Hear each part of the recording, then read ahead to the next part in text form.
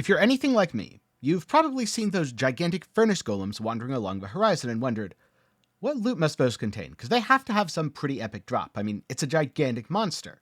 And also, if you're anything like me, after gathering a few blessings and enhancing your shiny new weapon, you've said, oh, I can take them. So you promptly jumped into combat and found out that no, in fact, you could not take them because they're exceedingly tough. And so today, I'm going to talk about some of their mechanics and the strategy that I've been using to take them down. As a note, this may not work on all of them, especially the later ones get a lot more complex, they have additional mechanics, and they're more armored. But this definitely works on the Furnace Golems in the early parts of the game because those are the ones I've encountered and those are the ones I've taken down. If I find a strategy that's particularly effective later, then I'll let you know in a future video. Get subscribed so you don't miss it. So after you get close to one of these things, the first thing you'll notice is it does a lot of stomping attacks. These stomps cause an explosion of flames to cascade across the ground. If you jump, you will avoid all damage from this. However, they actually have two stomping attacks. The regular one, where it stomps with one leg, this is what you avoid by just jumping. And the big stomp that causes an explosion when it lands, where it jumps with both legs. To avoid damage on the big jump, you need to get as far away as you can from the golem. Feel free to run or just roll away, then jump as it impacts the ground. Now, from my experience, if you get hit with a couple of these, it's not the end of the world, but if you get hit consistently, it's going to wear down your potions and get you killed, because the enemies are very, very tanky.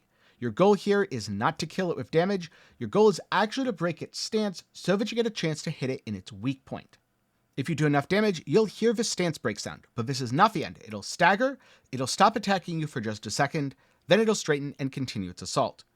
So, then you hit it even more, you'll hear the stance break sound yet again, and on the second time, it still won't, so you have to hit it until you hear it the third time. This is when the golem comes crashing to the ground, and its weak spot is exposed.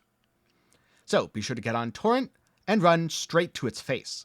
This is where you'll find the faceplate, and that's what you need to stab with your attack. Once you hit it, you will do absolutely massive damage, taking out about half of the golem's entire health pool. From here, the fight just becomes rinse and repeat until it's dead. It'll stand back up, but its health will be much lower.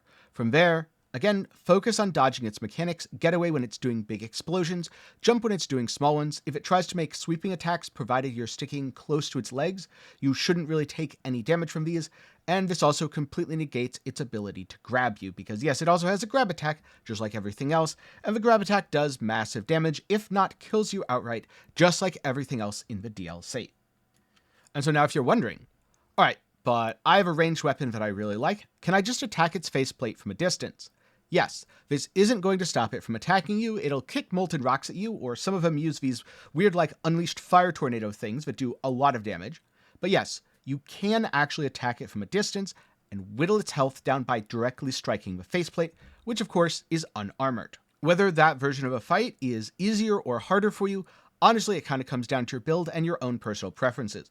I will say, just from my personal experiences so far, these golems have felt easier to deal with in melee range rather than at a distance. That said, I'm an arcane build. I don't have very many options when it comes to ranged weapons, and because these things are immune to bleed, they're kind of immune to, well, a large portion of my build. So I don't get to do any tricky bleed build-up stuff. Also, if you're thinking about summoning, well, your results may vary, but for me personally, it did not feel worth it because my summon just constantly died. It also caused the golem to raise his off leg more often to cause the stomp, which is the one I'm more likely to miss because it's happening at my periphery rather than the leg directly in front of me. So overall, I just didn't feel like it was worth it for something that died very quickly, didn't amount to adding much stagger, and overall was more of a hindrance than a help in the fight.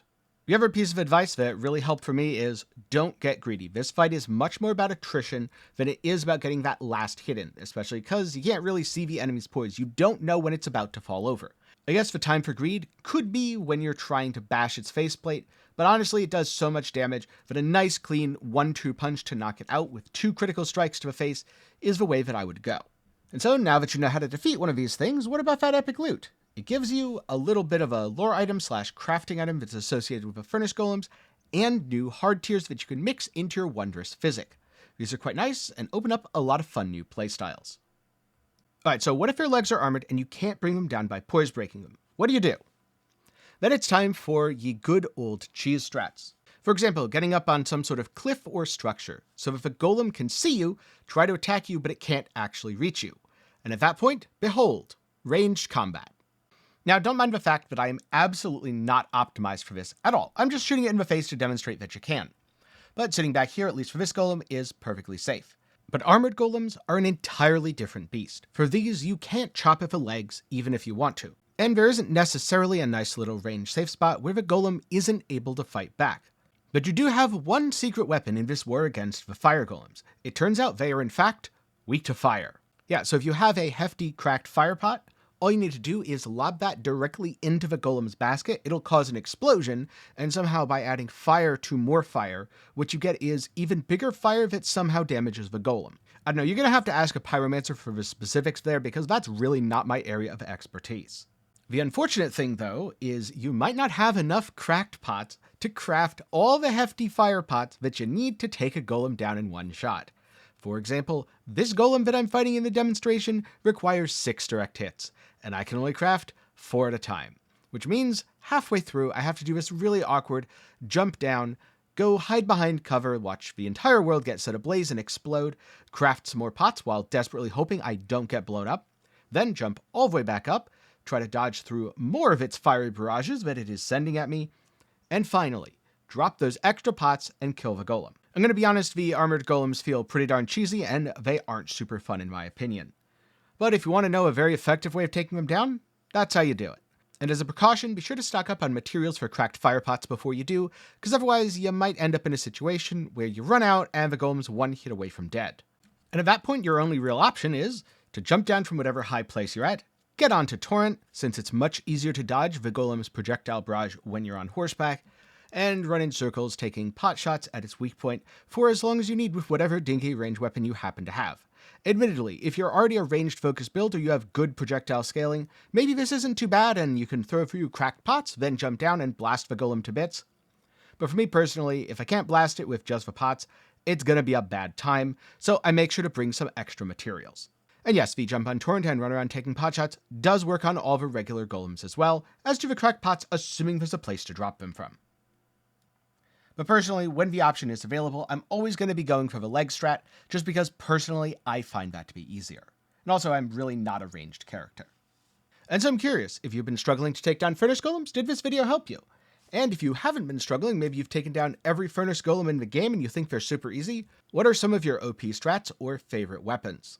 Let me know some of those thoughts down in the comments below. And if you're looking for something else to watch after this, check out 5 cool weapons that I've found exploring Shadow of the Erdtree. That'll be linked up in the card and down below. Of course, before I go, a special thanks to my patrons and channel members for the continued support. For as low as $1 a month, you can help make videos just like this one possible. Link to support is also down below. And a big thanks to everyone who watched to the end.